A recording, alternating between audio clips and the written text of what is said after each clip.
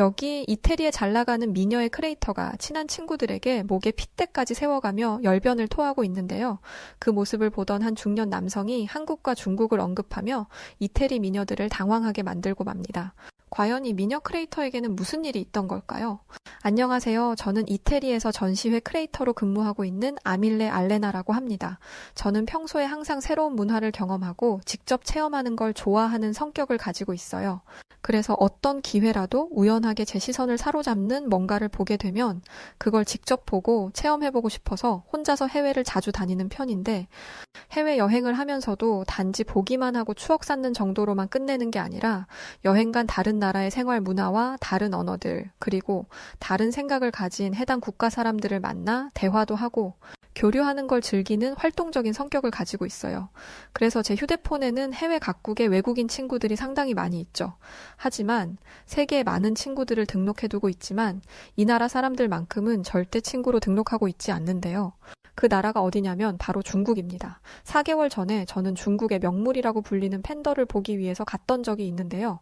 목적이 있어 가는 거지만 여행을 가는 그 나라의 사람들과 친분도 쌓는 걸 좋아해서 당연히 홈스테이 숙소를 찾아 현지 중국 사람들과 함께 머물 수 있는 곳으로 갔었는데, 이런 제 생각으로 인해 겪지 말아야 할 일들을 체험하게 되는 어리석은 일들을 자초하고 말게 되었어요. 제가 태어나서 정말 많은 해외 각국을 다니면서 다양한 여러 나라 사람들을 만나봤지만 왜 중국인들이 해외 여러 국가들에게 미움을 받는 건지 정말 온몸으로 느끼고 올 수 있었어요. 여행을 마치고 이태리로 돌아와서도 정말 생지옥 같았던 중국에서의 믿지 못할 경험을 친구들에게 열변을 토하며 절대 중국은 가지 말라고 이야기했더니, 제 친구가 그 말을 듣고 있더니 이런 건 우리끼리 알고 있을 게 아니라 많은 사람들이 보고 깨우칠 수 있게 사연으로 써보자면서 연필을 가져다 주더라고요. 제가 중국에 갔을 때 가장 처음으로 겪었던 황당했던 일은 숙소에 갔다가 중국인 2명과 한국인 1명, 그리고 저까지 이렇게 4명이 한 방을 썼었거든요. 10평이 차이 안 되는 작은 방이었는데 방 안에는 2층 침대가 2개 있었어요. 하지만 저는 높은 곳에서 자면 붕 뜬 느낌이 들어서 저는 낮은 곳에서 잠을 자는 걸 좋아하거든요. 제가 홈스테이를 하기 위해 갔을 때 이미 2층 침대의 아래쪽은 중국인들이 차지하고 있었어요. 그래서 저는 평소의 성격대로 웃으면서 반갑다고 인사를 하고 2층에서 잠을 못 자는 특성이 있는데 혹시 양보해 줄 수 있을까라고 조심스럽게 요청했는데, 중국인들은 단 몇 초의 고민도 없이 싫다고 거절하더라고요. 아니, 너무 고민도 없이 거절해버리니까 괜히 뻘쭘해지더라고요. 어쩔 수 없이 저는 2층을 사용할 수밖에 없었어요. 참고로 대화는 번역 앱을 써서 대화할 수 있었습니다. 그날 늦은 오후에 저희 방에 또 한 외국인이 홈스테이를 하기 위해서 들어왔는데 그 친구도 아시아인이었어요. 한국인이라더라고요. 이후로 저는 믿지 못할 장면들을 보게 됐었는데요. 새로 들어온 그 친구가 자신을 한국인이라고 소개를 하자마자 중국인이었던 그 2명이 서로 뭐라고 막 대화를 하기 시작하더니 새로운 한국인에게 손가락질을 하면서 뭐라고 막 하더라고요. 그러더니 자신들의 짐을 온 바닥에 펼쳐놓기 시작하면서 얼른 한국인 보고는 2층으로 올라가라고 했었고, 방바닥에 짐을 모두 풀어놓은 중국인 2명은 침대에서 방문으로 나가는 길만 놔두고는 자신들이 1층 침대를 사용하니까 아래쪽은 자신들 거라면서 우리 보고는 2층 높은 곳은 다 사용하라고 하더라고요. 아니, 2층의 침대 외에는 발을 디딜 수가 없는데 어디를 사용하라는지 말이죠. 그러더니 방바닥에 있던 저희 캐리어를 저희가 있는 2층 침대 위로 던지는 게 아니겠어요? 방바닥은 자기들만의 공간이라면서요. 정말 그 모습에 너무 황당하고 어이가 없어서 기가 막힐 노릇이었어요. 하지만 중국인들은 2명이라 혼자서 어찌할 수 없는 터라 저는 안 그래도 좁은 침대 발밑에 캐리어를 두어야 했었는데요. 그때였어요. 새로운 한국인 친구가 바닥에 널브러져 있는 중국인들의 짐들을 발로 툭툭 밀더니 방 모퉁이로 모두 몰아버리는 게 아니겠어요? 그러더니 이 공간은 방 안에 있는 4명이 동등하게 사용할 수 있는 공간이라면서 말도 안 되는 소리를 하면 참지 않겠다고 하더라고요. 그 말에 중국인 친구들은 그런 한국인 친구의 강한 모습에 순간적으로 쫄았는지 주춤했었는데요. 하지만 이내 한 중국인이 그 한국인 친구의 어깨를 툭 하고 밀면서 엄청 큰 목소리로 중국말을 하면서 시비를 걸더라고요. 그런데 순간적으로 무슨 일이 벌어진 건지 한국인 친구의 어깨를 쳤던 중국인이 방바닥에 쓰러져 있었는데 어찌나 빨랐는지 어떻게 그 중국인 친구가 바닥에 쓰러지게 된 건지도 모르겠더라고요. 그날 이후의 방안은 중국인 친구들의 억지는 사라졌었는데 중국인들의 행동이나 습관들을 한방에서 지내며 겪으면서 정말 저렇게까지 이기적일 수가 있을까 싶을 정도였는데요. 화장실에서 대변을 보고 나오면 물을 내리고 뒷정리를 깔끔하게 해줘야 하는데 뒷사람이 있던 말던 대변 보고 물을 안 내리는 경우가 다반사고, 양치를 하고 입을 헹궜으면 세면대를 정리해줘야 하는데 입을 헹구고 뱉은 침들이 세면대에 그냥 범벅이 되기도 하고, 정말 중국인들이 해외 많은 사람들에게 저렇게 자기중심적인 의식이 미움을 받을 수밖에 없게 하는구나 싶었어요. 그런데 그런 걸 한국인 친구가 보게 되면 한국인 친구는 그냥 놔두지 않더라고요. 중국인 친구들에게 다가가서 용변을 보고 물을 내리고 뒷정리는 반드시 해야 하는 거라면서 훈계를 하고, 세면대도 썼으면 물론 주변 정리를 하는 게 기본이라면서 따끔하게 혼내줬었는데, 그 한국인 친구가 없었다면 저는 정말 그 공간에서 단 하루도 버티지 못하고 그냥 나오지 않았을까 싶어요. 좀 알아보니 중국인들은 이 자기중심적인 사고방식이 그냥 중국인들의 국민성으로 봐야 한다고 하더라고요. 천하의 중심을 의미한다고 하는 중국은 지리상의 중심점이 아니라 정신적인 중심으로 생각하고 있고, 쉽게 말하면 중국이 세계의 중심이고 문화의 중심이라는 강한 망상 같은 게 있다고 하더라고요. 이 정신적인 중심의식으로 나온 것이 바로 중화문명 지상주의라고 하더라고요. 한 번은 이런 적도 있었어요. 중국에 있는 한 뷔페 식당을 가게 된 적이 있었는데요. 사람이 어찌나 많은지 식당에 들어가서 음식을 먹으려고 접시를 들고 나갔는데 정말 입맛을 뚝 떨어지게 하는 중국의 뷔페 식당의 모습에 충격받을 수밖에 없었어요. 보통 뷔페라고 하면 사람들이 접시를 들고 줄을 서서 본인이 먹을 만큼 음식을 집게로 들어 조금씩 담아가는 게 일반적인 모습이잖아요. 근데 제가 갔던 중국 뷔페 식당은 집게는 고사하고 손으로 음식들을 마구 퍼담기 시작했었는데요. 줄이 어딨어요.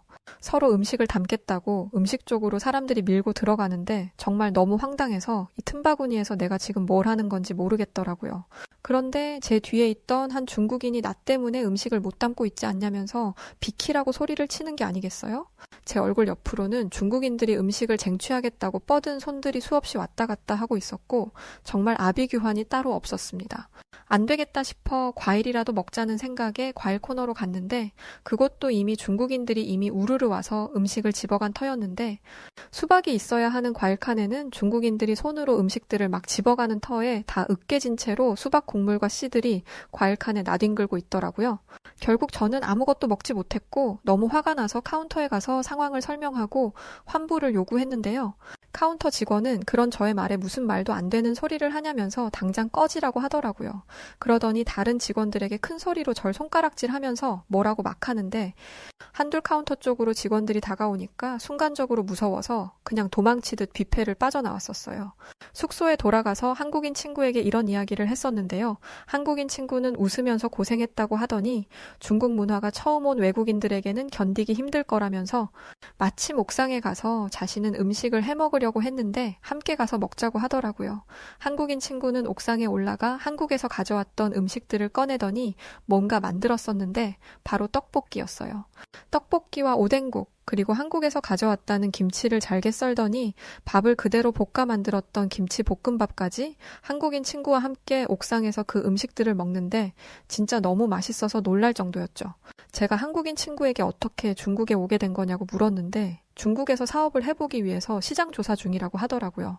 제가 아니 이렇게 자기중심적이고 정돈되지 않은 이런 나라에서 무슨 사업을 하려고 하는 거냐고 물었더니 한국인 친구는 자신도 중국인들의 그 자기중심적인 태도와 책임을 전가하는 습성을 가진 중국인들이 정말 싫기는 하지만 13억 명이라는 엄청난 인구 탓에 그런 중국인들을 대상으로 어떤 것이든 장사를 할 수 있는 여건을 만들어 수출할 수 있게 된다면 분명 자신의 삶에도 도움이 될 거고 나아가 국가에게도 중국인들 주머니에서 돈을 내게 하는 일이니 도움이 될 거라는 정말 멋진 비전에 대해서 설명해 주었었습니다.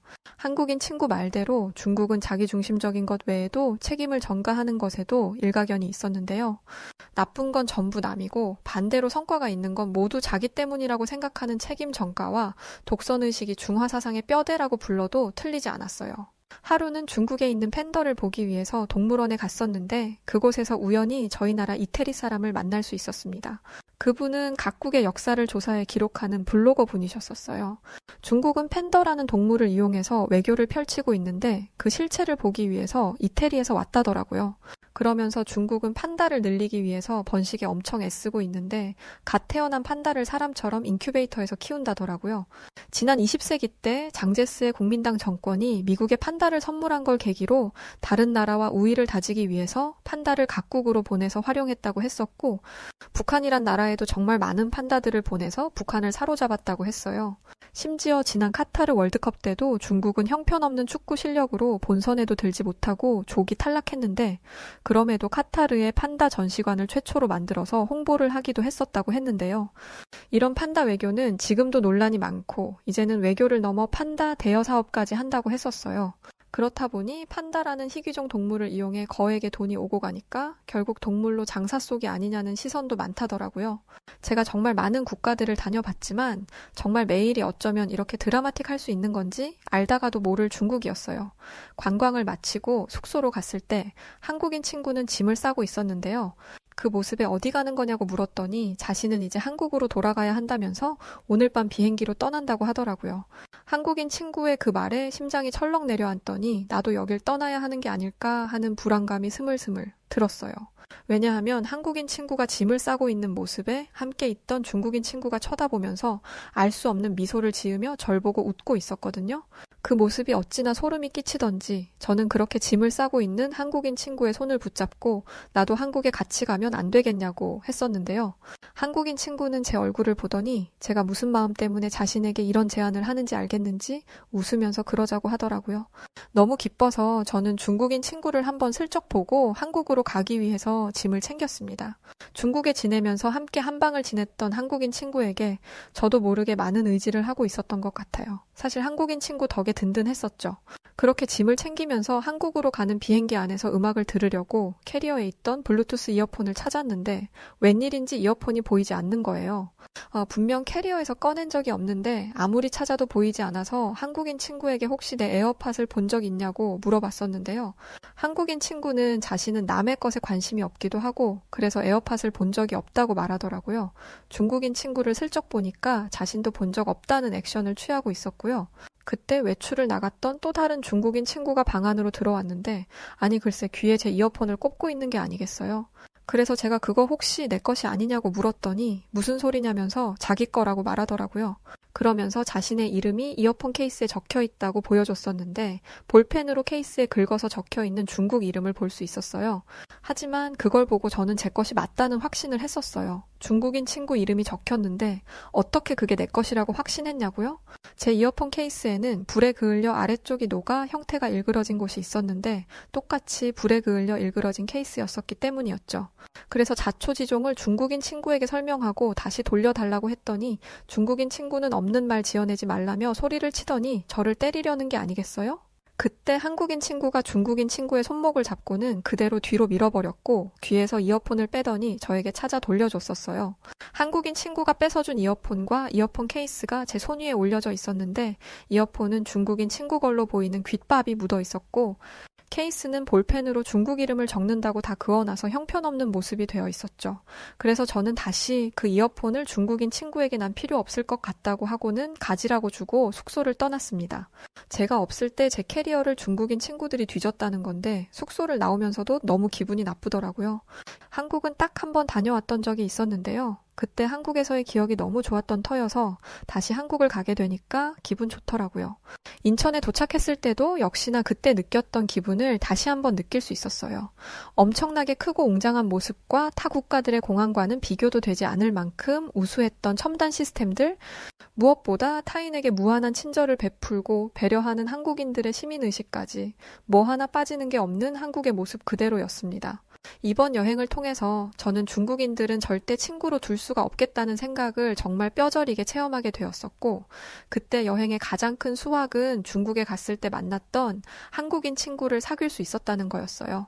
제가 중국과 한국을 갔다가 이태리에 돌아간 뒤에 친구 집에 놀러 가서 제가 중국에서 있었던 이야기들을 목청 높여 이야기해주고 있었는데요. 친구 아버지가 저희 대화에 갑자기 끼어드시더니 중국에 대해서 장황한 이야기를 해주시더라고요. 친구 아버지는 대만에 오랜 시간 일 때문에 지낸 적이 있었다고 했는데요. 지금 전 세계는 중국인들의 미립국자 문제로 엄청난 신음을 하고 있다는 이야기를 하셨어요.